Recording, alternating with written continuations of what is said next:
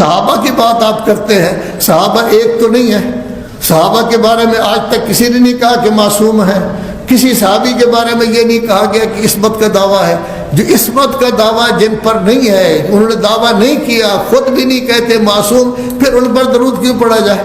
کس لیے درود پڑھا جائے؟ کون سی ایسی وجہ ہے کہ ان کے لیے درود پڑھا جائے؟ پھر اس کے بعد اجمعین، سب کے لیے، کوئی بھی بچا ہوا نہیں۔ اس میں کوئی شک نہیں کہ قرآن مجید کی روح سے اصحاب کی 3 قسمیں ہیں۔ کچھ ایسے اصحاب ہیں جو ٹاپ کی شخصیتیں ہیں، جنہوں نے خون دیا، جنہوں نے اپنی جان قربان کر دی، اسلام کے لیے وہ بہت زیادہ محبت کرتے تھے، رسول اعظم صلی اللہ علیہ وآلہ وسلم سے ان کو محبت کرتے تھے، ہر جنگ میں وہ باقاعدہ لڑے ہیں، کسی جگہ وہ غازی بن کر آئے ہیں، کسی جگہ شہید بن کر آئے ہیں۔ یہ ٹاپ کے ہیں صحابہ کرام، ہر شخص ان کی عزت کرتا ہے، ان میں سے کسی کے خلاف کوئی بات کرنا یقیناً ناجائز ہے، نہیں کرنا چاہیے۔ لیکن صحابہ کرام ایسے بھی تھے جو گڑبڑ تھے، جیسے رسول اعظم صلی اللہ علیہ وآلہ وسلم تشریف لائے تو مدینہ سے باہر ایک مسجد بنائی گئی، تو لوگوں نے کہا، ان لوگوں نے آئے، وہ بنانے والے آخر مسلمان ہی تھے، مسجد تو مسلمان بناتے ہیں نا، کافر تو نہیں بناتے، مسلمان ہی تھے، صحابی تھے، وہ بھی مسجد بنائی انہوں نے، آئیے جی بسم اللہ مسجد کا افتتاح کریں۔ سنگ بنیاد تو رکھا گیا، اب اس مسجد کا افتتاح کریں۔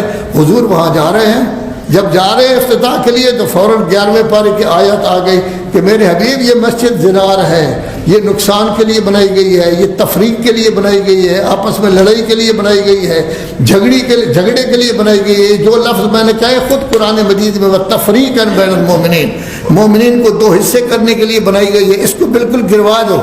اب یہ صحابہ کرام کی بنی ہوئی مسجد خانہ خدا، اس کو بھی گرا دیا گیا ہے۔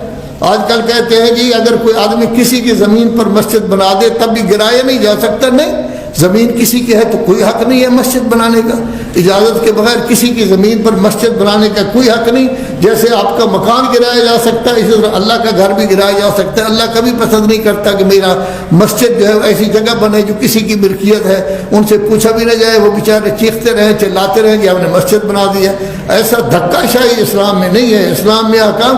تو یہ بھی لوگ تھے صحابہ کرام، لیکن ان کی مسجد کو مسجد ضرار کہا گیا ہے۔ وہ بھی تو صحابہ تھے نا کہ جنگ خندق میں جا رہے ہیں، انہوں نے اپنے حصہ علیحدہ کر کے ایک طرف ہو گئے، تو ان کو منافقین کہا جاتا ہے۔ سورہ منافقین بھی موجود ہے۔ تو صحابہ کی 3 قسمیں، قرآن مجید کہتا ہے 3 قسمیں، آپ سب کہتے ہیں کہ عدول بن گئے سب کے لیے، تو یہ اپنی جگہ۔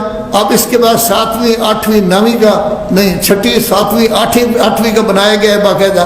ہمارے علماء گئے ہیں، انہوں نے میٹنگوں میں شرکت کی ہے، وہاں جا کے اپنی دلیلیں دی ہیں، ہر چیز دی ہے۔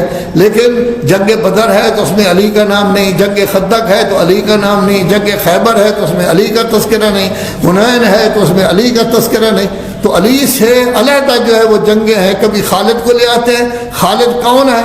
ایک جگہ گیا، حضور نے بھیجا، ان کے ساتھ کوئی لڑائی جھگڑا تھی، وہاں بجائے اس کے کہ وہ لوگ استقبال کے لیے نکلے، ان پر اس نے حملہ کر دیا۔ تو رسول اللہ کو فرمایا گیا، سورہ حجرات 26واں پارہ، جس میں کہ فاسق فاجر اگر کسی جگہ آپ کو خبر دے کہ وہ لوگ آپ کے دشمن تھے تو پہلے چھان بین کریں میرے حبیب، ایسا نہ ہو کہ غلط کام کریں جس کی وجہ سے بعد میں پشیمان ہونا پڑے۔ ان کے لیے آیت آئی۔ فتح مکہ کے وقت ایک دروازے سے کہا گیا آپ داخل ہوں، وہاں انہوں نے گڑبڑ کی تو رسول اللہ نے باقاعدہ بد دعا کی، یا اللہ میں بری ہوں اس کے کام سے، اس نے غلط کام کیا ہے۔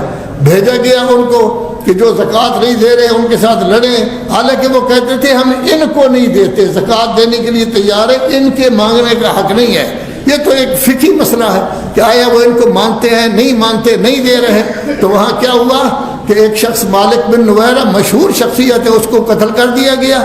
اب جب قتل ہو جائے، اس کی بیوی خوبصورت تھی، قتل ہوتے وقت اس نے اپنے بیوی کی طرف اشارہ کر کے کہا تو نے مجھے قتل کرایا ہے، تیری وجہ سے میں قتل ہو رہا ہوں، اور پھر اسی رات اس کے ساتھ نکاح بھی ہو گیا۔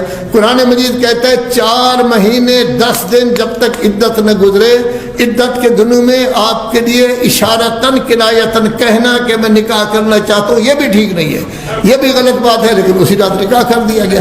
اب ایک بہت بڑے صحابی کہتے ہیں کہ اس کو سزا دو، دوسرے صحابی کہتے ہیں نہیں نہیں نہیں نہیں، اللہ تبارک و تعالیٰ نے جس تلوار کو اوپر پھیلایا تھا وہ تلوار چلتی رہے گی۔